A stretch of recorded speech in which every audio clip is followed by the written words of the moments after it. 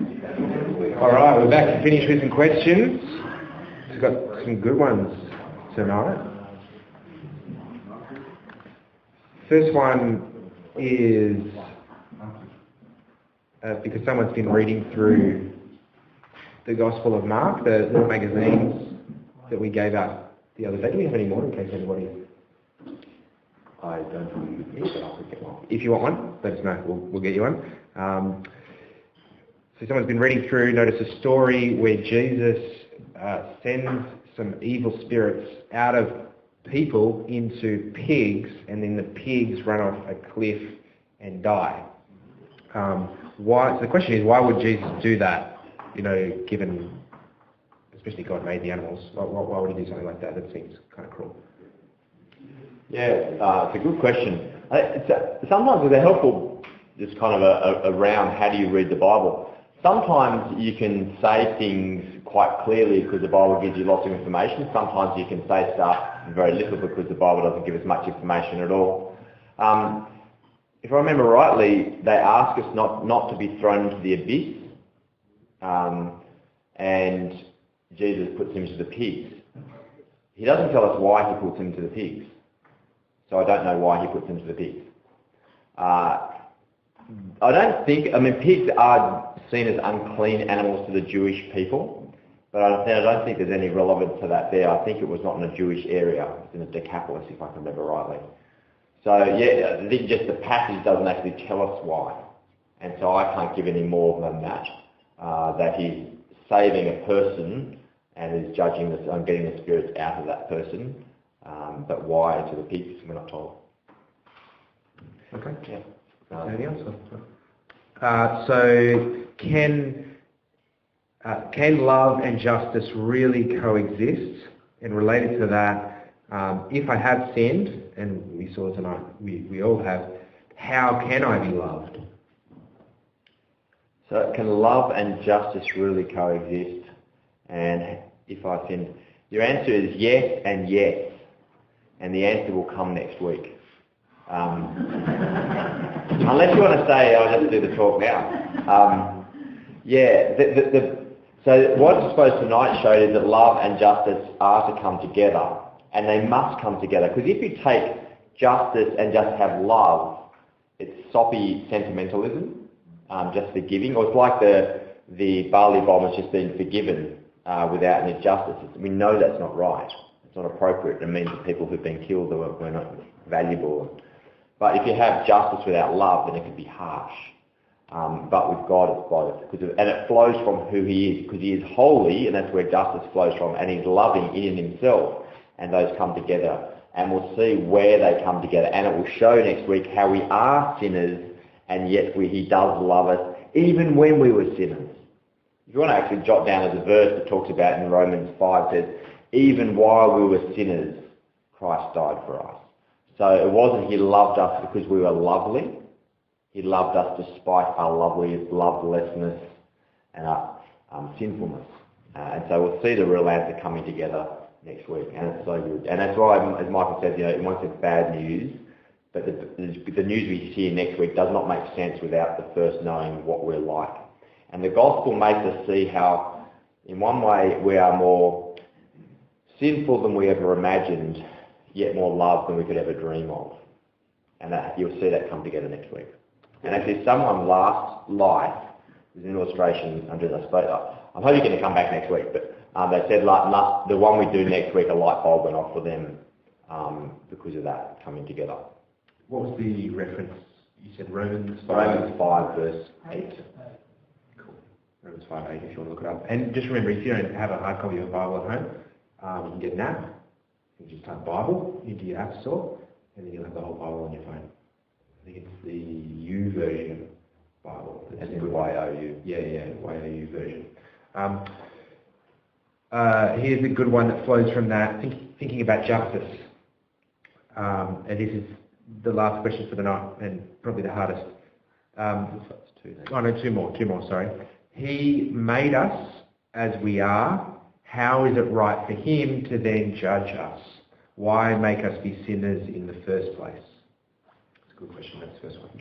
Yes, he made us as we are. So we are sinful, the Bible says that, but we weren't initially made sinful. And so he made us, we were loving him, we were obeying him, and then humanity chose to not obey him, and that's the state we are now. And so he didn't make us sinners, he made us with real choice to choose him or not choose him, and we decided to not choose him, and we do that all the time. And so we are sinful in our nature. So he didn't just make us sinful, he made us good, and then we chose, in that goodness he gave us choice, and we chose to ignore him, and the rest of humanity has done the same, and we do that all the time. Each thing we have a choice. Why give us choice? It's a good thing. I suppose if you see, so the question is why give us choice?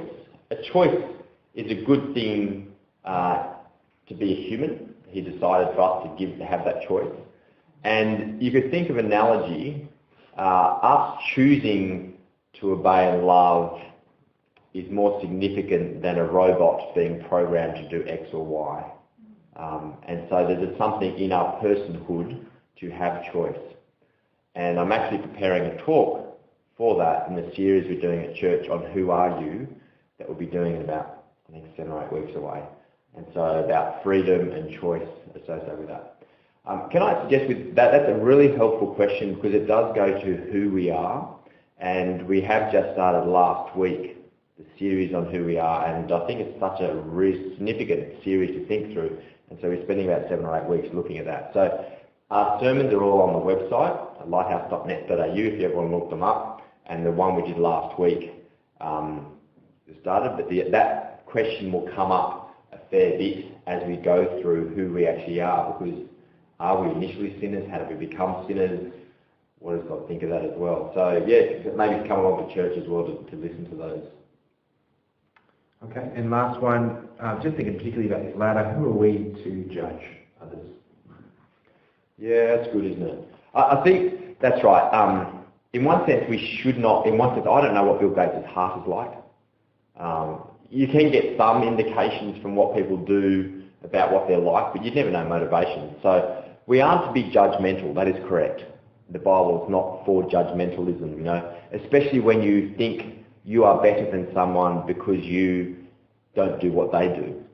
You don't know what their motivation is. And yet, I suppose this was trying to help us to see how subconsciously we often work out, the aim of this illustration was to help us to see how subconsciously we actually make ourselves feel like we're good because we compare ourselves to other people, often those who are worse than us, to make us feel like we're right with God, and then really to make us think, well, how did you do that, and where do you put yourself? That's what the illustration was mainly aimed at. Because yeah, that's right, that's why it's subjective and people had different views. Having said that, so we don't have to be judgmental, but making a judgment is right. So there is a goodness to sometimes judgment.